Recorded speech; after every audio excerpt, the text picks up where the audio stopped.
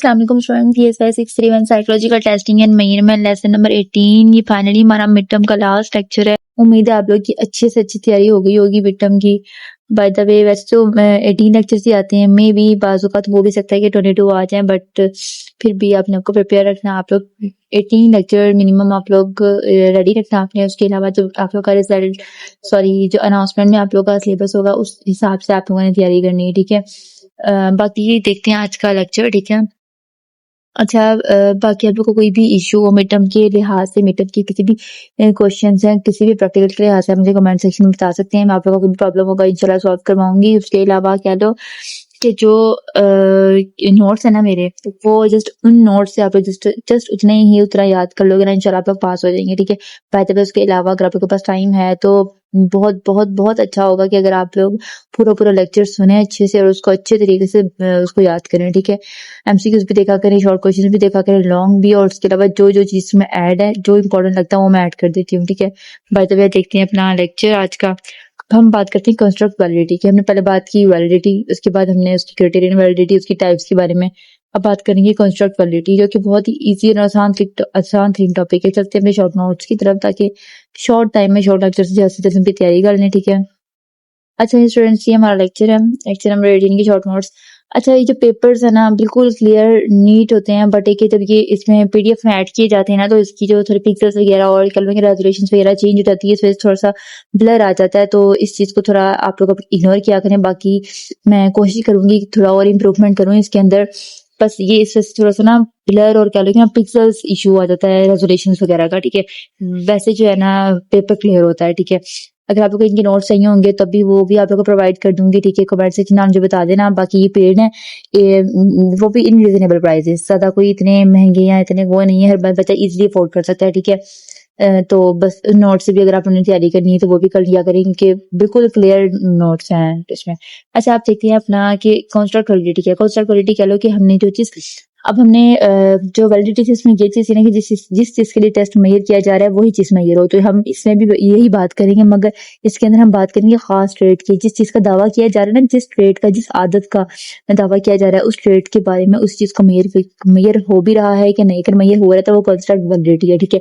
Construct validity मतलब कि जो सी ट्रेड मेजर करने के लिए टेस्ट बनाया गया है और दावा किया जा रहा है कि हम ये चीज मेजर करनी है, वो चीज ही मेजर किया जाए। जैसे कि IQ, anxiety, intelligence, science concept. अच्छा, SCAT ये एक टेस्ट था, ये इसी कंस्ट्रक्ट वैलिडिटी की बुनियाद पर बनाया गया था। इसमें इसका नाम है साइंस कंसेप्ट असेसमेंट टेस्ट, ठीक है, अचीवमेंट टेस्ट। अब इसमें जो क्या अचीव किया, अब ये जो है ना इसके बारे में ना, कंसेप्ट इन चिल्ड्रंस के लिए था ये। आगे ना 3 डेफिनेशन दिए, कैप्लान ने, कोहान ने, एनएस ताफसी ने, ठीक है। ये डिफरेंट है, इन्होंने डिफरेंट बात की। ये कैप्लान ने कहा था कि प्रोसेस प्रूव करने के लिए टेस्टिंग मीनिंग जो हम देखते हैं, ठीक है, इस कंस्ट्रक्ट वैलिडिटी की डेफिनेशन है ये।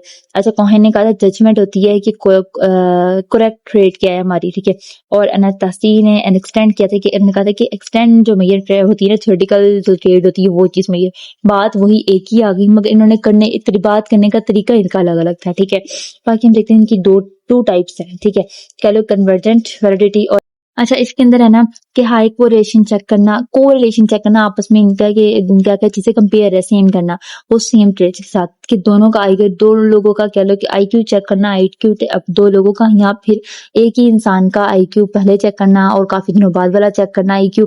तो उन चीजों को सेम ट्रेड्स जो है ना मेजर की जा रही है, उसको हम कन्वर्जेंट वैलिडिटी कहेंगे। डिस्क्रिमिनेंट का मतलब ही ये होता है कि फर्क करना डिफरेंट चीजों का। अब इसमें लो कोरिलेशन चेक करना डिफरेंट ट्रेड्स का, ठीक है।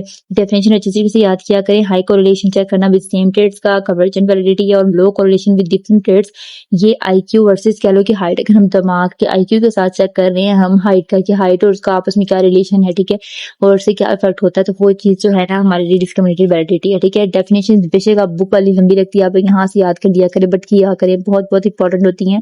नहीं तो बस इस हद तक समझ के याद कर लिया करेंगे, वहां जाके आप पेपर में जाके अपनी वर्डिंग में लिख सकें, ठीक है। मैं ये नहीं कहती कि बिल्कुल पानी की तरह रट्टा मारे आप लोग, पहले चीज को समझा करें, फिर उसके बाद समझने के बाद आप लोग को अच्छे से समझ में आ जाए, फिर उसकी डेफिनेशन को याद कर लिया करें, ताकि कल को पेपर में जाकर डेफिनेशन भूल भी जाए तो आप लोग वहां जाके ऑन वर्ड्स अपने वर्ड्स में लिख सकें, ठीक है। आगे असम्पशंस क्या है, कन्वर्जेंट मैच करता है सिमिलर टेस्ट को, सेम टेस्ट को, जैसे कि आईक्यू वर्सेस आईक्यू, आईक्यू की टेस्ट को आईक्यू के सब्जेक्ट में। डिस्क्रिमिनेट में करो do not match different traits, ठीक है, जो मैच ना होते हो। आगे इनको डिफाइन करने का तरीका बताया। अच्छा आगे ना कंस्ट्रक्ट वैलिडिटी के ना 5 स्टेप्स बताए गए हैं, ठीक है। 5 स्टेप्स, उन 5 स्टेप्स को हम देख लेते हैं। पहला है कि डिफाइन करना कंस्ट्रक्ट के कंस्ट्रक्ट है क्या, कौन सी चीज़ हमने मेजर करनी है, किस चीज़ का दावा किया जा रहा है। फिर उसके बाद चूज करना अदर टेस्ट जिसके साथ हमने मेजर करना है, जैसे कि अगर आईक्यू को आईक्यू के साथ करना है, आईक्यू को हाइट के साथ करना है, आईक्यू को हमारी ईयर या इंटेलिजेंस के साथ करना है, उस टेस्ट को चूज करना है। फिर उसके बाद गिव ऑल टेस्ट, ठीक है, फिर वो टेस्ट देना, ठीक है, कि क्या बनता है इन टेस्टों का। फिर उसके बाद कैलकुलेट करना, कोरिलेशन को मेजर करना, जैसे हम करते हैं स्टैंडर्डाइजेशन कर लो, कुछ भी करो। फिर डिसाइड करते हैं वैलिडिटी के 5 स्टेप्स होते हैं। आप बेशक इन वर्ड्स में याद कर लें या फिर बुक वाले वर्डिंग में याद कर लें। आगे है multi trait multi method by Campbell and Fiske, ठीक है। इन्होंने वही SACT जो हमने पीछे पढ़ा था, यहाँ पे ये देखें SCAT, ये इन्होंने ये दिया था टेस्ट, इन्होंने ये टेस्ट बनाया था। क्यों? क्योंकि चेक किया जाए कंस्ट्रक्टिबिलिटी को चेक करने के लिए इन्होंने क्या बनाया था, SCAT मतलब कि साइंस कंसेप्ट अचीवमेंट टेस्ट बनाया था। और ये देखें उसके लिए उन्होंने ना 4 कोरिलेशन बताए थे। वो 4 कोरिलेशन मैं आपको लेक्चर क्लास में दिखाती हूँ बुक में से। वो यही चीज थी कि कोरिलेशन करना सेम चीजों का, सेम ट्रेड्स का, डिफरेंस का, और फिर इस तरह ये चीजें थी, ठीक है।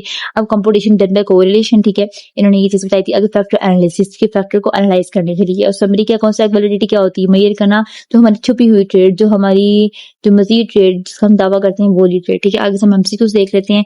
एमसीक्यूज का आंसर मुझे आपको मैंने बता दिया करें, ठीक है, ताकि मुझे पता चलता रहे कि आप लोग की तैयारी हो भी रही है कि नहीं। आप लोग को मेरे लेक्चर जो हेल्पफुल लग भी रहे हैं, इम्प्रूव आप लोग की हो रही है PSPS 630। तो फिर कॉन्ट्रैक्ट वैलिडिटी मेजर करते हैं, एब्स्ट्रैक्ट ट्रेड, सिलेबस या फिर स्पीड मेजर। अच्छा, convergent validity shows a high correlation with same traits, या जीरो या नेगेटिव। नेक्स्ट है सॉरी उसके आगे लिखा गया ये discriminant validity means match all, no match with different, only non. Multi trait multi method by Kaplan ने दी थी, कैम्बल फिसिक ने दी थी, एनातासी ने दी थी। SCAT वाज 4 किस लिए था ये, साइंस कंसेप्ट के लिए, लैंग्वेज के लिए, IQ के लिए। आगे 2 शॉर्ट क्वेश्चन है, इनको एक एक लाइन में आपने आंसर देना है। Difference between convergent and discriminant, ठीक है, इनकी आपस में क्या फर्क है वो आपने बताना है, ठीक है। इसके बाद name 2 steps in construct validity. अच्छा ये हमारा लेक्चर था। अब देख लेते हैं एक बार हम जो हमारा रह गया था फॉर कोरिलेशन, जो हमारी ट्रेड है, हमारी आदत है, उसको यूजिंग करके डिफरेंट मेथड के साथ। दूसरा ने दिया था कि डिफरेंट कॉन्स्ट्रक्ट को सेम यूजिंग सेम मेथड के साथ। फिर correlation between different method used for same construct के साथ। Correlation between different construct using different method के साथ। ये डिफरेंट इन्होंने दी थी। और इसके लिए कौन सा टेस्ट बनाया था, SCAT। एग्जाम्पल है इस टेस्ट की, उन्होंने कॉन्स्ट्रक्ट वैलिडेशन के लिए जो एग्जाम्पल दी है ना इस पूरे चैप्टर के अंदर, वो SCAT थी। ये मतलब कि साइंस, वो था साइंस कंसेप्ट अचीवमेंट टेस्ट, ठीक है, ये था SCAT। बाकी उम्मीद है आप लोगों को अच्छे से पूरी मिड टर्म की तैयारी हो गई होगी। बाकी कोई और प्रॉब्लम कुछ भी तो ठीक है। अच्छा इनके बाद जो है ना उर्बान वैलिडिटी, कंस्ट्रक्ट वैलिडिटी की जो एक डेफिनेशन थी एनाटासी और बीना भी ने भी दी थी।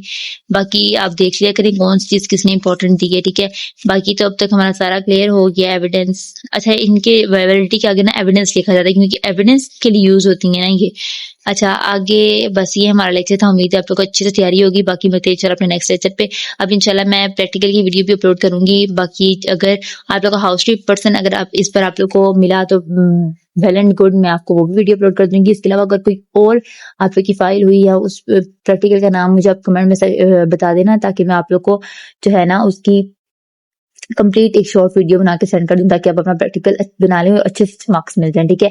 और इंशाल्लाह मैंने लास्ट टाइम जिन बच्चों की तैयारी करवाई थी हाउस ट्रिप पर्सन की, मैं उनका रिजल्ट भी शेयर करूंगी आपको अपने नेक्स्ट वीडियो में। उनके 40/40 मार्क्स आए थे। बाकी मिलते हैं इंशाल्लाह अपने नेक्स्ट किसी सीरीज में।